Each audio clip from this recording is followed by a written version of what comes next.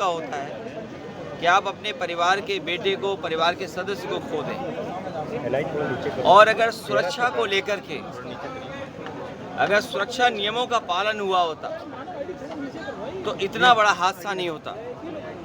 सुरक्षा नियमों के पालन न होने की वजह से इतने बड़े लोगों की जान चली गई। और कुछ लोग अपने व्यक्तिगत और अहंकार में किसी की सुनना भी नहीं चाहते हैं। और सच्चाई तो ये है कि जो परिवार वाले होते हैं वो अपने परिवार के सदस्यों के होने का दुख समझते हैं।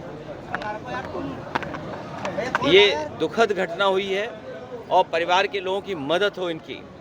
अभी जिस नौजवान से मैं मिल के आया हूँ वो वही नौजवान है जो वीडियो में आपने देखा कि वो खिड़की से कूद गया। उसके चोटें हैं, स्पाइन में है, वो जॉब करता था। उसके परिवार के लोगों ने कहा कि अभी तो बहुत दिन इलाज चलेगा, उसकी माँ नहीं है और परिवार का कौन देखभाल करेगा। उस परिवार में अकेला कमाने वाला था। अगर सरकार नहीं मदद करेगी तो कौन मदद करेगा। ऐसी घटनाओं में सरकार की जिम्मेदारी बनती है कि पूरी मदद करें। हमारी मांग है कि जो व्यक्ति 50,000 की नौकरी में काम करता था, जब तक वो स्वस्थ नहीं होता है दोबारा नौकरी के लिए नहीं पहुंचता है, तो जो उसे वेतन मिलता था वो तो मिले ही मिले। और इलाज को लेकर के भी पूरा इंतज़ाम सरकार को करना चाहिए। और जो मरने वाले जो बच्चे हैं, सरकार पे तो कौन कमी है खजाने की। सरकार को बड़ी मदद करनी चाहिए। और अगर सरकार 1 करोड़ भी मदद करती है, क्योंकि नई उम्र के नौजवान थे, 21, 22, 23, 24, 25 साल के थे, उनका भविष्य बनता, वो कल कुछ बन करके दिखाते। वो अपनी मेहनत से कुछ न कुछ कर रहे थे वहाँ, उन्होंने जान खोई। उनकी मदद होनी चाहिए। कम से कम सरकार को 1 करोड़ रुपए की उन परिवारों की मदद होनी चाहिए जिन्होंने की जान गई है। सर, एसआईटी बनाई गई है, एसआईटी जांच कर रही है और बड़ी कार्रवाई की बात कर रही है कि छोड़ा नहीं जाएगा किसी को। हमने और आपने 10 साल से देखा है एसआईटी बनाने का काम। हर घटना में एसआईटी बनती है और लगता तो ऐसा है कि कोई सरकार नहीं है।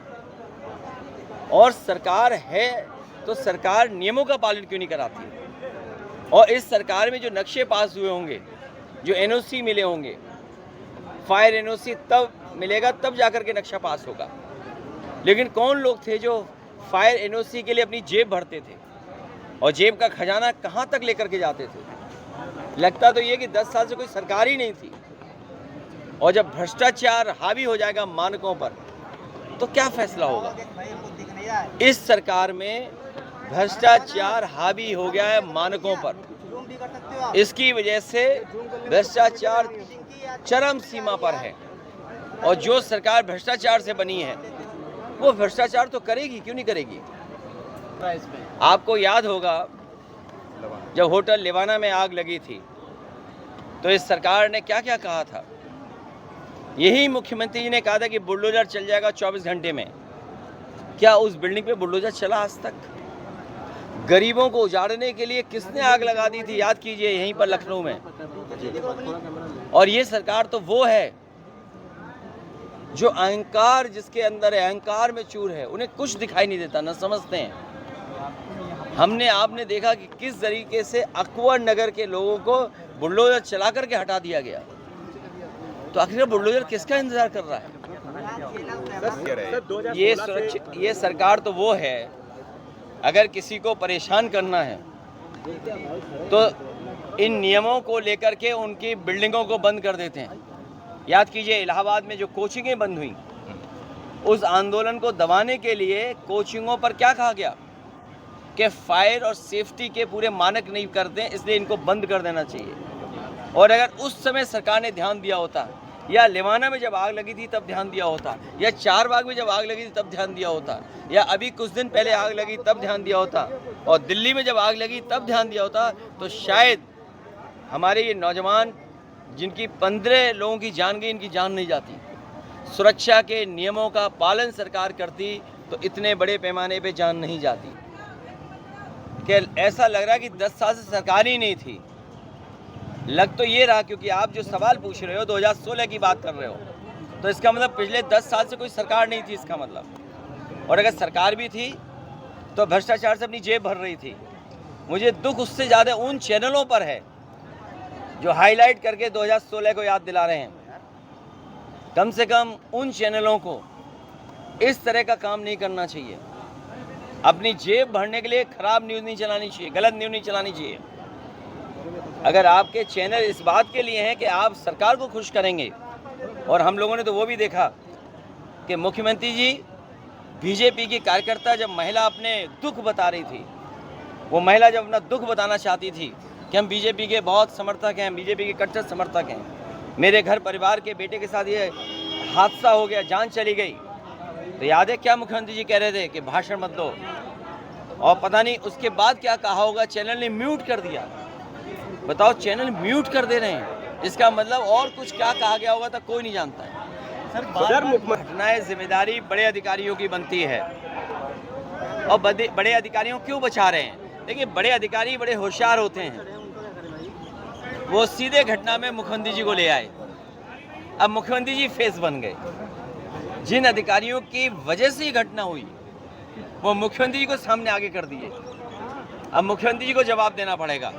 कम से कम मुख्यमंत्री जी को ये तो होशियारी अधिकारियों की समझनी चाहिए कि फायर एनओसी की वजह से, या नक्शे की गलत होने की वजह से, या ध्वस्तीकरण की वजह से वो क्यों उनको आगे कर रहे हैं। और लखनऊ में पता कर लेना आप, जितने बीजेपी की सरकार में नक्शे पास हुए हैं, सबकी जांच होनी चाहिए।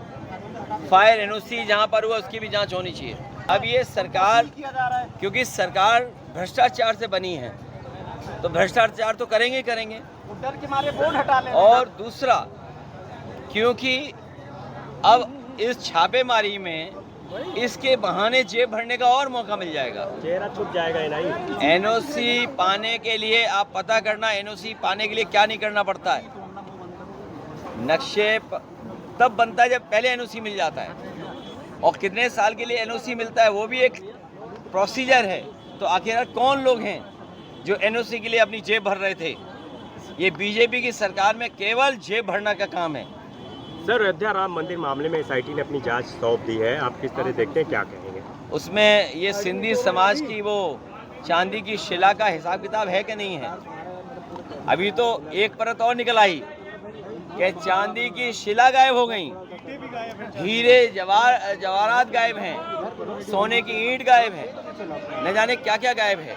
एक सवाल है, कर बंगलौर जाएंगे। एसआईटी के पहले शब्द का नाम तो हम बता दें, शेयर। बाकी आई और टी का कल बताएंगे। जब तक शेयरिंग नहीं होगी, जब शेयरिंग हो जाए तो क्या एसआईटी होगी? सर, बंगलौर में investor road show, SIT share, जब शेयर बराबर बढ़ जाएगा तो फिर क्या एसआईटी है? कल बंगलौर में इन्वेस्टर रोड शो करने के लिए जो है मुख्यमंत्री जा रहे हैं। बताया जा रहा है कि इन्वेस्ट जो है उससे यूपी में आएगा, इसके लिए इन्वेस्टर का रोड शो होगा। मेरे साथी, सरकार जाने वाली है, वो दिन गिन रहे हैं। नवंबर में चुनाव होने जा रहा है, 1 महीना 2 महीना बरसात में निकल जाएंगे। अब कौन सा इन्वेस्टमेंट आएगा? ये